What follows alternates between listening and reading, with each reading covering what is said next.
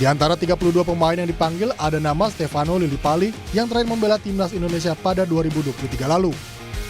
Lillipali merupakan salah satu nama generasi pertama pemain naturalisasi. Tidak ada nama Ragnar Oratmangun dan Elkan Bagot di daftar pemain yang dipanggil Coach Patrick. Ragnar absen karena cedera, sementara Elkan masih harus bersabar untuk kembali memperkuat timnas Indonesia. 32 pemain dipanggil untuk training camp di Bali. Ada sejumlah nama yang kembali memperkuat Garuda, ada pula yang tidak dipanggil.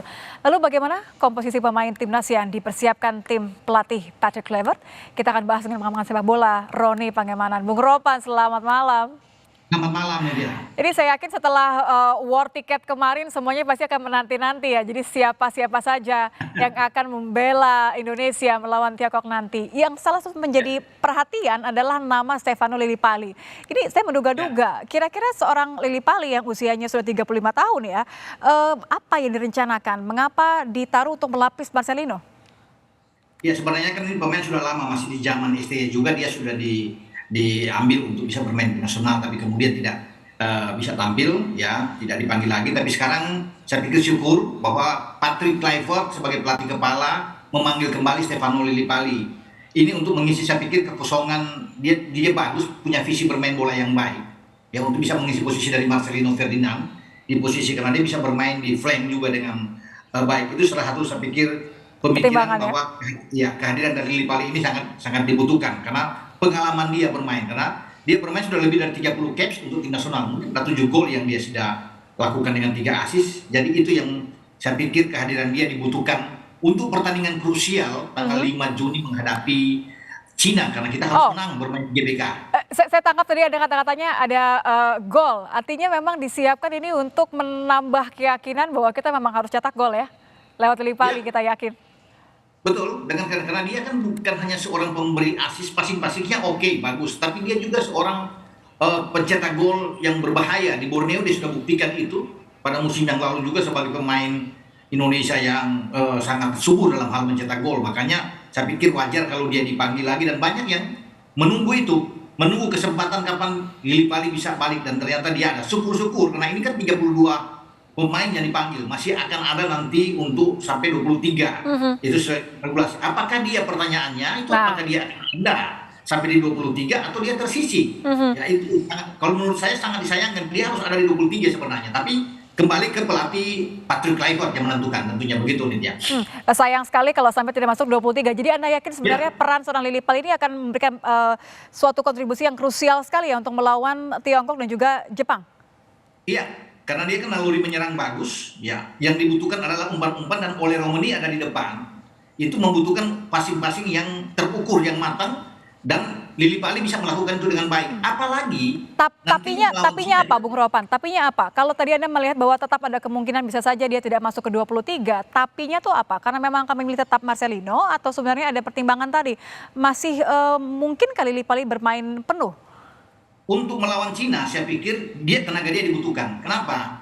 Karena kita tidak punya Ragnar Oratmangun juga yang tidak ada dalam list. Mestinya ada Ragnar di sana. Dengan kekosongan tidak ada Ragnar, itu yang salah satu saya pikir ya pemikiran dari Patrick Kluivert untuk mengambil Lillipali. Karena kita butuh pemain untuk memberi umpan-umpan dari sini, dan Ole Romani butuh sekali pemain itu. Marcelino tidak bermain, ini juga kan akan merugikan kita ketika Marcelino dan Ragnar tidak ada. Praktis kita hanya akan mengandalkan Ole Romani di depan. Nah, di sinilah kita butuhkan seorang Lillipali, dan saya sangat berharap bahwa dia jangan gugur di 32. Dia harus tetap bertahan, dan Patrick Kluivert memberi kesempatan untuk bermain. Karena dialah satu-satunya pemain yang kita butuhkan. Kalau Ragnar tidak ada, dia bisa bergeser ke kiri. Posisi kanan itu bisa diambil oleh Jakub Sayuri atau Emiliano Reinders. Itu yang untuk menghadapi Cina. Karena kan fokus kita jangan ke Jepang, ke Cina saja dulu. 3 poin lawan Cina itu kan harga mati buat kita bermain. Betul. Untuk membuka peluang kita masuk ke paling tidak ke ronde keempat.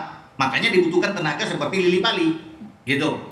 Jangan sampai kendor di Tiongkok gitu ya. Ragnar kan sudah pasti ya kemudian tipis karena cedera ya. Elkan juga nampaknya masih harus bersabar.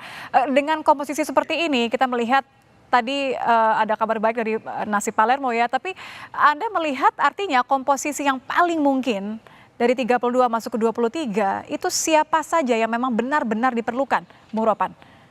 Iya, memang sangat sulit ya. Itu kan tergantung dari seorang PK sendiri yang akan melihat. Namun nama-nama seperti misalnya yang terakhir bermain dengan Bahrain kita menang itu pasti akan masuk semua. Kecuali Ragnar kan yang tidak bisa bermain dengan Ya.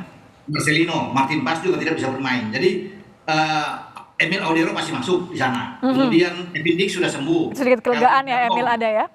ya, Kevin Verdonk akan main, Jai Itzes, Rizky Ridho, Justin Hubner, itu pasti akan ada di dalam. Tom Haye, Joe Pelupesi, itu akan menjadi inti kekuatan kita. Oleh Romani di depan, kemudian ada Eliano Reinders, dan juga dengan Lili Pali tadi. Jadi 11 ini saya pikir akan masuk di samping nama-nama lain tentunya yang akan ikut. Jadi tidak akan berbeda jauh dengan apa yang ada ketika kita terakhir lawan Bahrain. Itu aja, cuma yang membedakan karena kita ada akumulasi kartu 2 orang, Martin Paes dan Marcelino, ditambah dengan cederanya Ragnar. Makanya ada 3 pemain tambahan masuk itu. Salah satu saya pikir adalah Lili Pali akan masuk, Egy Maulana juga pasti akan masuk di sana, Ricky Kambuaya juga akan ikut masuk di dalam, ya, termasuk dengan Jakob Sayuri. Ini nama-nama yang pasti akan diambil oleh Patrick Kluivert untuk bisa bermain nanti melawan Cina. Jadi kalau kita sempat khawatir karena lubang yang ditinggalkan Ragnar dan Elkan ini nampaknya masih akan membuat kita ketar-ketir, harusnya dengan komposisi yang Anda katakan tadi, kita masih punya peluang yang cukup signifikan ya? Oh iya, peluang, apalagi kan bermain di kandang sendiri. Betul.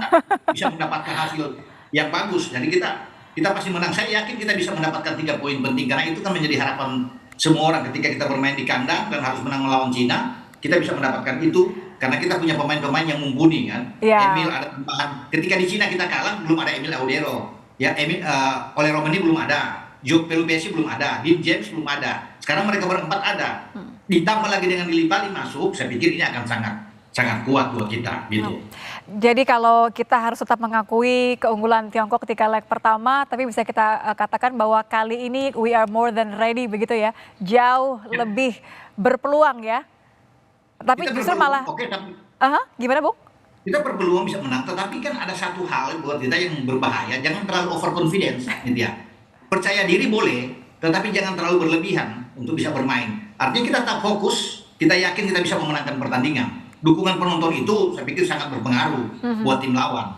Dengan komposisi pemain kita yang oke, sekalipun kita tidak punya Martin Paes, tidak punya Marcelino dan Ragnar, saya tetap meyakini bahwa komposisi kita itu sangat kuat dibandingkan dengan Cina. Tapi tetap tidak boleh menganggap remeh, tidak boleh menganggap enteng lawan. Karena Cina itu butuh menang melawan Indonesia. Hanya dengan kemenangan melawan Indonesia, peluang Cina untuk lolos ke putaran keempat terbuka.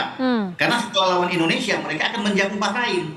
Nah, itu yang posisi mereka. Jadi mereka akan habis-habisan juga melawan Indonesia. Itu harga mati buat mereka untuk menang.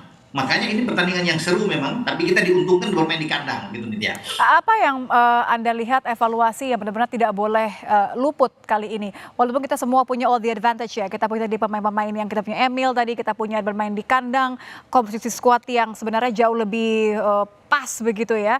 Apa kesalahan atau celah yang tidak boleh diulang kali ini yang mungkin saja dimanfaatkan oleh Tiongkok? Iya, artinya pemain tentunya tetap harus fokus. Dan kita tetap harus bisa mengendalikan permainan. Kita harus bisa menguasai ball position melawan mereka. Mungkin mereka akan bermain sama seperti kita, ini Tiongkok atau Cina. Seperti ketika mereka mengalahkan kita, mereka akan lebih menunggu untuk counter attack melawan kita. Nah, kita pasti akan tentunya Patrick Kluivert kan berbeda dengan cara STY menangani tim ini. Dia tahu apa yang dia harus lakukan. Dengan komposisi pemain belakang kita yang kuat, Ridho, Jai Itzes, kemudian dengan Justin Hubner, di kanan kita sudah ada Kevin Dijk, di kiri ada Verdonk. Kita punya kekuatan karena kita punya keseimbangan di tengah dengan Joe Pelupesi yang main bagus melawan Bahrain, membiarkan Tom Haye untuk bisa bergerak memimpin ya, mendistribusi bola ke depan, maka keseimbangan tim itu akan dijaga dengan baik yang bermain yang lebih dalam.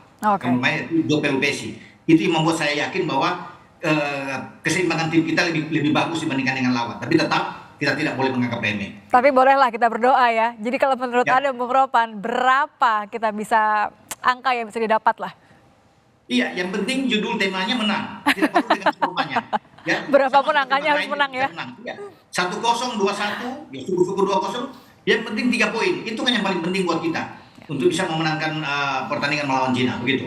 Oke, tetap fokus, tidak boleh kesalahan dan fokus untuk menang. Terima kasih Bung Ropan sudah bergabung bersama kami di Kompas Malam. Berdoa yang terbaik untuk Tiongkok lawan Timnas. Terima kasih. Ya.